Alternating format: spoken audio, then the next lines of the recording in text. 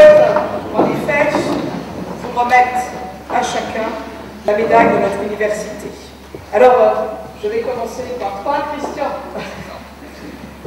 Je suis heureuse d'avoir l'occasion de te rendre hommage, car Christian d'Alzon a énormément fait pour les langues au sein de notre université. En effet, Christian, tu as rejoint l'université en 1991 au sein du département d'anglais.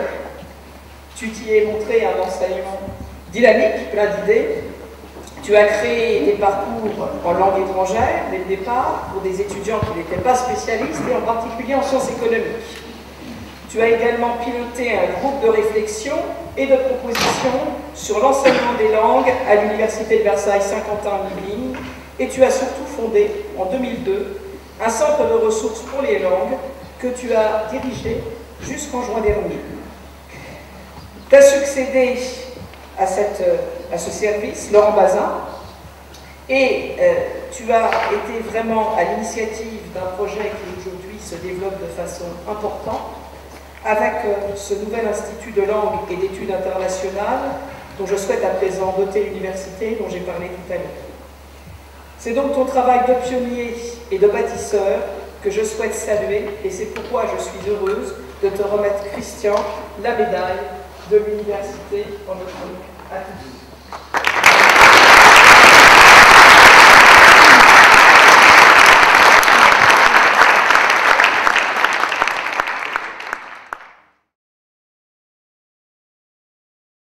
D'après vous, comment le CEREL a dynamisé l'université de Versailles 50 ans en Yvelines? Le CEREL donc, a vraiment dynamisé l'université pour la nouvelle façon d'apprendre les langues. Puisque bien souvent, dans les universités, ce qu'on propose, c'est un apprentissage des langues dans une vision très académique, sans finalement se préoccuper de l'application, la discipline dans laquelle on va utiliser ces langues. Donc le CEREL a vraiment rendu possible d'apprendre des langues et d'utiliser des langues et ainsi que d'apprendre la culture, ce qui est très important pour des étudiants qui sont aussi bien en sciences qu'en économie et donc pas uniquement pour des étudiants qui se dirigent vers un travail d'enseignant ou de chercheur en langue. C'est ça la différence. Et donc de ce point de vue-là, ça nous a permis d'attirer des étudiants en double diplôme, donc des étudiants qui font à la fois du droit, une licence de droit et une licence de langue par exemple, mais aussi d'attirer des étudiants étrangers aussi de façon importante. Et puis également de pouvoir améliorer notre ouverture internationale puisque par cet apprentissage des langues, à la fois des langues étrangères mais aussi le français pour des étrangers, eh bien cela nous permet d'avoir aujourd'hui près de 12% d'étudiants étrangers. Voilà. Qu'est-ce qui vous a incité à créer un centre de langue au sein de l'Université de Versailles 50 ans en Yvelines? La première chose, c'était de trouver des moyens et des outils pour aider nos propres étudiants qui en avaient besoin, car à part les cours, il n'y avait rien du tout.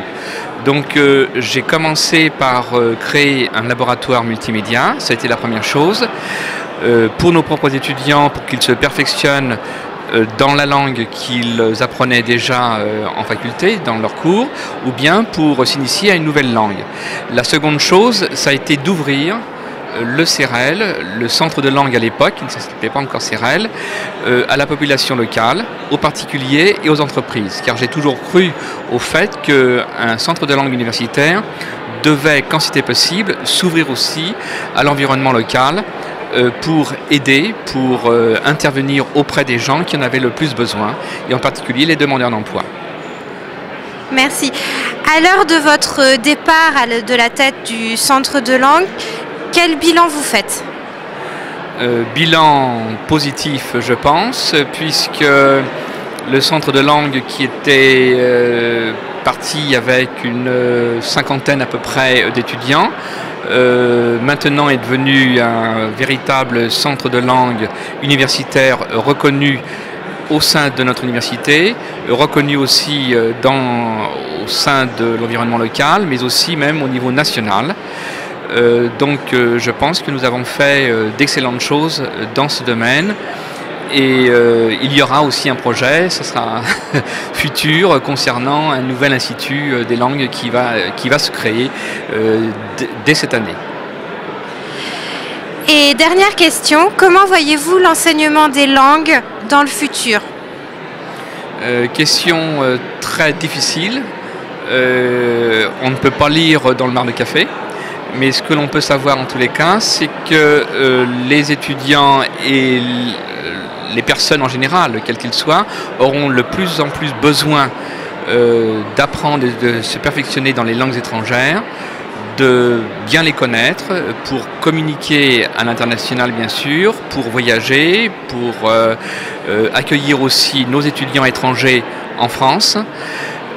Alors avec plusieurs types d'outils, je pense fermement qu'à part le laboratoire multimédia, c'est-à-dire des logiciels spécifiques, il faut toujours le contact humain, et ce contact humain ne peut venir justement que d'outils par exemple tels que donc les ateliers de conversation, où il y a une présence humaine qui compte énormément dans tout apprentissage d'une langue. Il n'y a pas juste l'intellectuel, il n'y a pas juste le mental, mais il y a aussi et avant tout le physique, le regard et la communication, la vraie communication.